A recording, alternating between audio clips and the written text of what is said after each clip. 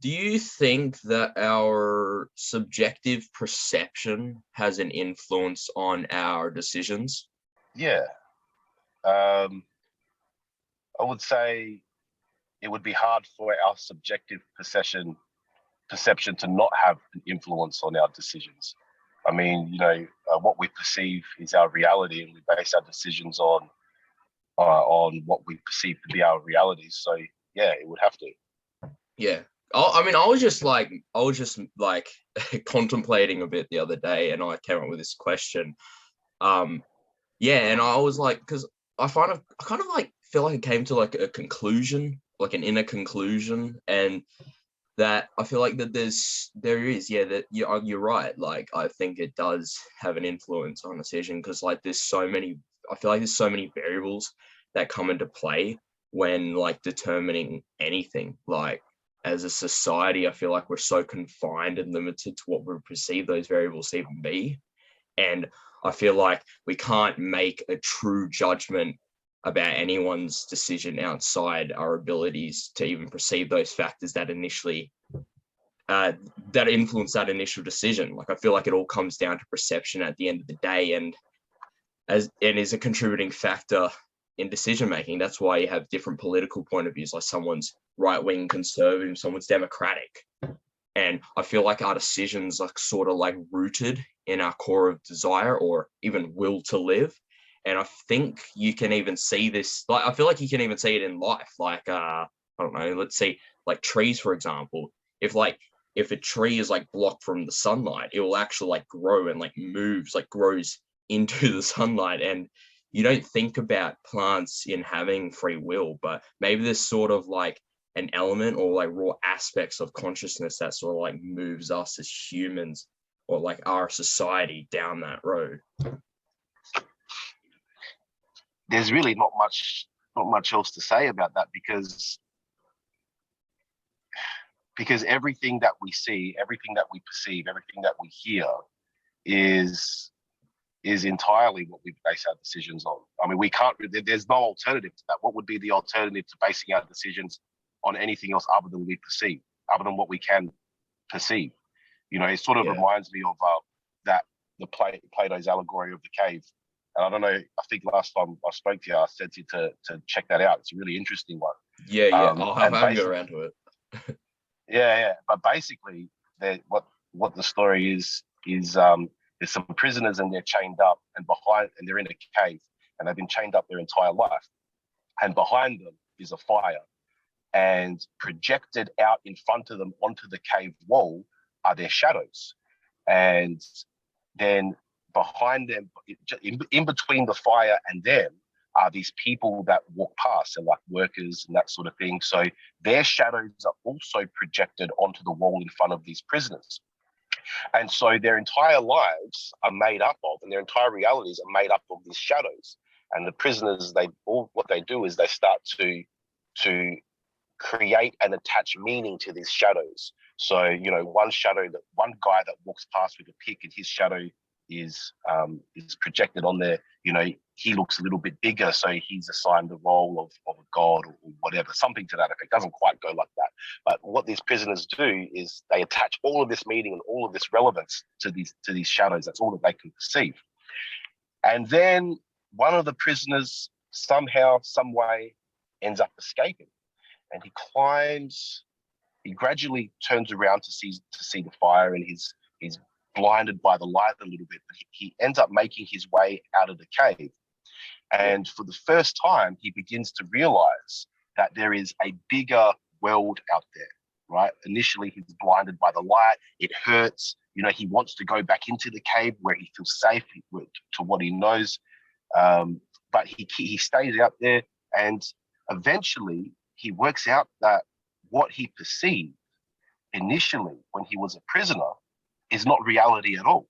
He works out that these are just shadows of people, real people that are walking past. And then he goes back into the cave thinking that he can liberate the other prisoners. And he tries to explain what the truth behind their perception is. And it creates this question as to whether or not we are more comfortable steeped in ignorance, or whether or not humans even have the capacity to understand the truth when they're presented with it. So I guess from that, if you're looking at it from that perspective, perception is one's reality, but it's not necessarily the reality, if that makes sense. So, I don't really know the answer to that. I don't think you can know the answer to that, but maybe it just says that reality is subjective. So maybe there is no one reality. Yeah. Well, you talked about people trying to what you mentioned before, just then trying to find what their pathway, what's good for them, their purpose. I feel like as a society though, right now, we're so confined and limited to what we perceive. So for example, when referring to the hierarchy of needs, up near the top tier, I believe, is where you get which is where you get self-actualization, which is where I think you get philosophy from. And down near the bottom tier of your basic needs, when focusing on all the survival aspects, which is where I think a lot of people these days are more focused on the money, cars, houses, external goods and materialized objects, where it's hard to take a step back and actually their pathway to find what's good for them, or what they perceive at least what is good for them, isn't so clear. It's kind of foggy. That's why, you mentioned before with Plato, should everyone philosophize? If you think of maybe what philosophy is, to me, philosophy is to think, right? It's to think about, the reason why things are the way they are. And, if you adopt that definition of philosophy, and I'm not saying that's the correct definition, but if you adopt that definition, then, you have to say that, everyone should philosophize, everyone should think, right? I think that there's probably not enough thinking that goes on in today's life about why we do what we do, what is important. And that, what I don't want to say what the true meaning of life is, because could be different for everyone, but definitely to think about why we're doing the things that we're doing, and, and whether or not they're actually meaningful, whether those things are going to contribute to a meaningful life, that you sort of require to lead a meaningful life. Because one of my things is I don't want to die with regrets, and, I don't want to be on my deathbed and going, shit, I wish I did this. Oh, I wish I did that. That's one of my biggest fears in life. So I guess the earlier on you find that purpose and you think about what that purpose is, the more chance I'll have of not being in that position when I die. So yeah, definitely everyone should think more. I think we're distracted a lot. There's a lot of distractions, and I don't know if that's something that's occurring more so today than what it did, in previous generations. I think every generation has probably experienced a level of that, but definitely we have a lot more with social media. We're a lot busier. Yeah, social media is definitely one thing, and that's a massive distraction. Try deleting all your social media. Try deleting. I don't know if you've ever done that, but I deleted my Facebook account. I don't have anything else. I don't have Twitter. I don't have anything anything other than Facebook. But I deleted that for a while, and I swear to God, I deleted it, and then I put it back on because I needed Facebook Marketplace, and I'm now in the habit of just checking social media. It's amazing how quickly that habit forms of just getting online and scrolling, checking, and that wastes so much time. Right. So if that is compounded amongst people and kids who have multiple social media accounts, that stops you from being able to think in depth about really anything purposeful, I feel, right? Because I've never encountered anything on Facebook that's purposeful, right? I actually haven't. We have challenges. We definitely have some challenges. I definitely agree. I mean, although when referring back to what I said, it is hard to philosophize sometimes in, for example, fight or flight, because up near the top is where you get philosophy of self-actualization, and I feel like when you're so focused on survival aspects of life, it's kind of hard to take a step back and away from reality at times to reflect and even analyze the situation at hand. And I feel like once all needs are met, you essentially start that journey of fulfillment in your life and perhaps start moving towards virtue and that state of happiness. Because I mean, all over the how what happiness actually is, but from a stoic sense, like virtue and the state of happiness, not really an emotion. But I feel like the ones focused on survival aspects, are going to be more focused on like jobs and money, which is what most people who don't philosophize focus on, because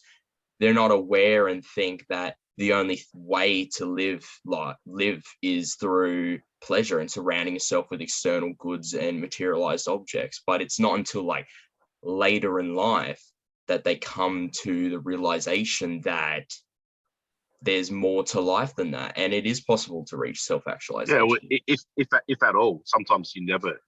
Sometimes people don't even reach that. That understanding that the things that they've been focused on for so long really maybe aren't important. But certainly, I think you got to go beyond the material to be able to. For me, anyway, you've got to go beyond the material to be able to reach a sense of purpose and self-fulfillment. But like, even like the hierarchy of needs, like not a lot of people these days are even aware of it in like the first place. And that's why I agree. Like all people should philosophize, or even like contemplate about themselves and who they are as a person. And in some ways, I think like philosophy will like help to navigate them in finding their purpose in life, or making that pathway more like vivid, at least. Can do, but also experience, I think, is really important. Like, life experience, hardship is, being uncomfortable, being out of your comfort zone. You can learn a lot from that. And when I say life experience, I don't mean just existing in a comfortable state. I don't believe that there's growth in the comfort zone. You don't grow. If you're not challenged, you don't grow. You don't. If you're not stepping into situations which force you to become something different, and through that is where you can start to learn and understand yourself first and foremost, and then where you want to go, what you want to do, who you want to be. So, and what's important. So you send me a lot of well, I'm going to ask you the question first. What is motivation, and do we need it? Because you send me a lot of like motivational like videos, and I got a whole philosophy on it, but I just want your opinion on like, or what you think like motivation is initially needed or not. So some of the videos that I'll send you, like just so anyone who's listening to this knows, I think I've sent you some Eric Thomas stuff. So clips from some of his speeches. Jordan Peterson, I think I've sent you some Jordan Peterson stuff. So for me, motivation, and I would say, and I don't want to sort of, try and summarize their philosophies or what motivation is, but I would say that what I take from that is that motivation to be purposeful and to be meaningful has to be intrinsic, has to come from within. It can't be external, right? You can't rely on something external to motivate you to achieve your goals. Because as soon as that external thing goes, then you stop, right? And I've noticed that in my own life. I can give you a small example of that. So there was a period where, like at the gym, I was using pre-workouts, right? And then I go to the gym. Not just caffeine, right? But full on pre-workouts with vitamins, minerals, all of that stuff. So. And, it was good. I was feeling pumped and all of that. And then one day, I forgot the pre-workout at home. What about your headphones? Your headphones? I'll talk about those in a sec, right? I'll talk about them. But this pre-workout is a good one. It summarizes it perfectly. And then I got to the gym. I left the pre-workout at home. And then all these thoughts started going through my head. I'm not going to have a good workout. I'm not going to get a good pump. I may as well go home and get the pre-workout. Otherwise, there's no point in being here.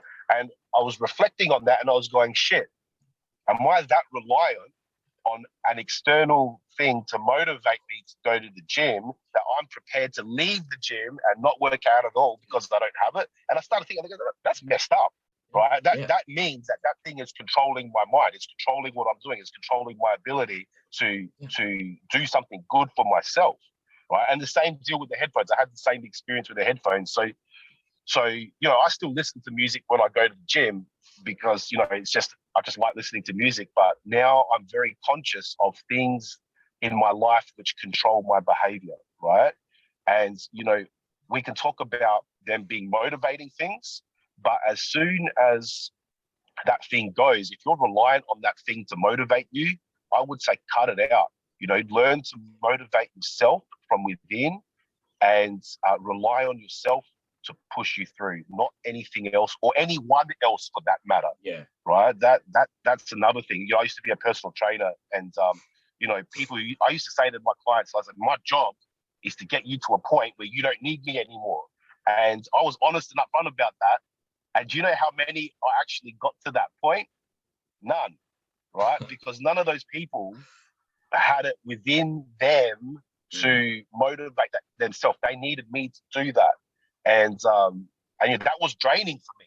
That was draining. It's like, well, fuck, I'm motivated. Why can't you be? It's like, that's why I quit. That's one of the reasons why I quit personal training. Just you need to have a purpose attached to stay intrinsically motivated. Because if you don't have that purpose, then you won't stay motivated. And maybe that goes back to the philosophy and the thinking, right? You actually need to think about what your purpose is.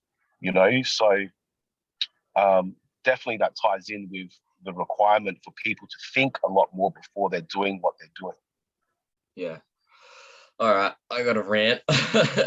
I feel like, so I agree 100% with certain points, although I don't feel like we need it. Like, I feel like motivation sort of is fleeting. Like, it comes and goes. It kind of fluctuates. Like, I feel like for me personally, I feel like if you really want to learn something, motivation, like you need discipline instead of motivation. And I'm not talking about some cringy shit like wake up in the morning 4 a.m, drink like a kale smoothie and go for a kilometer run type discipline. I feel like if you just make a simple plan, like every Sunday I'll put 2 hours aside of, like, I don't know, and play a musical instrument, let's say piano, or 1 hour of computer programming every second evening. Incremental progress, I believe, is so powerful, and once you get it flowing, is almost at times unstoppable, while also being mindful that learning curves do exist. Like learning the piano, for example, is probably going to be really hard at first and boring. You're not going to feel inspired or motivated when trying to play Twinkle Twinkle Little Star on it, all right? But eventually you'll get better. Oh, you might. No. You taught myself how to play the piano. And when I could play Twinkle Twinkle Little Star, I was pretty excited. Yeah, but all right, no, but you get the point. But like when you eventually, like you'll eventually get better by like the more you play that, and that learning curve will become less steep over time, right? And you can slowly start to play the songs you want. At this point, you might then put a lot more time in, which causes you to get better, so that you can play more complex and engaging things. However, on the other hand, you also might come to the realization that you liked the idea to play the piano, but actually don't like the activity. I feel like if you notice this, you should like stop. It's just a hobby. I feel like, although by saying that, I feel like a lot of people will take that saying to heart, like it's only just a hobby to heart. But that's okay. Like it's all perception at the end of the day, and what you perceive is good for you, and to not let others contradict that. And that's what I think motivation is. I feel like it's the whole initialization of an interest that you have for anything, but without discipline, you can't really pursue it, like, or make it a reality, but more say. And that's why you see like all these people who are impulsive, right? So they rely on motivation so much, hence due to it fluctuating from day to day, they end up giving up that activity that they might be into for like 3 months. And instead of pursuing it, they build an interest for something else instead of dedicating their time to that one thing, which puts them in this sort of like constant and endless state, or shall I say endless pathway of opting in and out of activities, because there's so much in reliant on motivation, and that they don't have the disciplines actually required, or not even aware that the discipline was So needed to require to pursue it. Like, in other words, like, yeah, I think motivation is good for initially sparking that dream, but without applying any sort of dedication with discipline, a dream, it'll remain. And that's sort of tied to my that's kind of tied in relation to my own quote, where if you're not willing to sacrifice for what you want will become the sacrifice. And I nearly can't emphasize that anymore, because people think it's going to be sunshine and rainbows. It's always going to be sunshine and rainbows. And having that mindset and expectation when going into these things leads us to evidently quitting.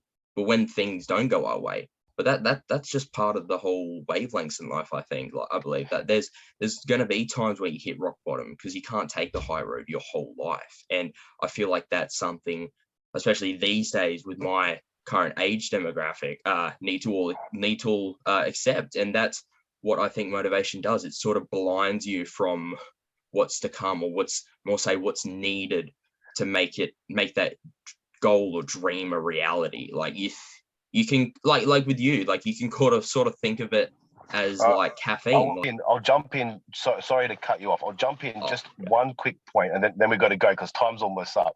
Okay, yeah. And my wife's calling me. But I think it's a good place to pick up from next time we have a chat. All But right. I'll just finish by saying I think motivation and purpose are very different from self-discipline. And I think both of them, I think if you use the terms motivation and purpose interchangeably, so if you think, well, your motivation is your purpose is what keeps you going. It's the reason why you're doing what you're doing, but it's self-discipline that's actually going to get you there. You can have as much self-discipline as you want, but without a good reason, without a good purpose, then eventually you're going to question, why the hell am I doing this? And so I would say self-discipline is 100% necessary to achieve anything worthwhile, right? Anything. Yeah. But you need to have that. You need to have that underlying purpose, and which will motivate you to continue to be self-disciplined in order to achieve whatever it is that you're trying to achieve. So I don't think one goes without the other. I think you need both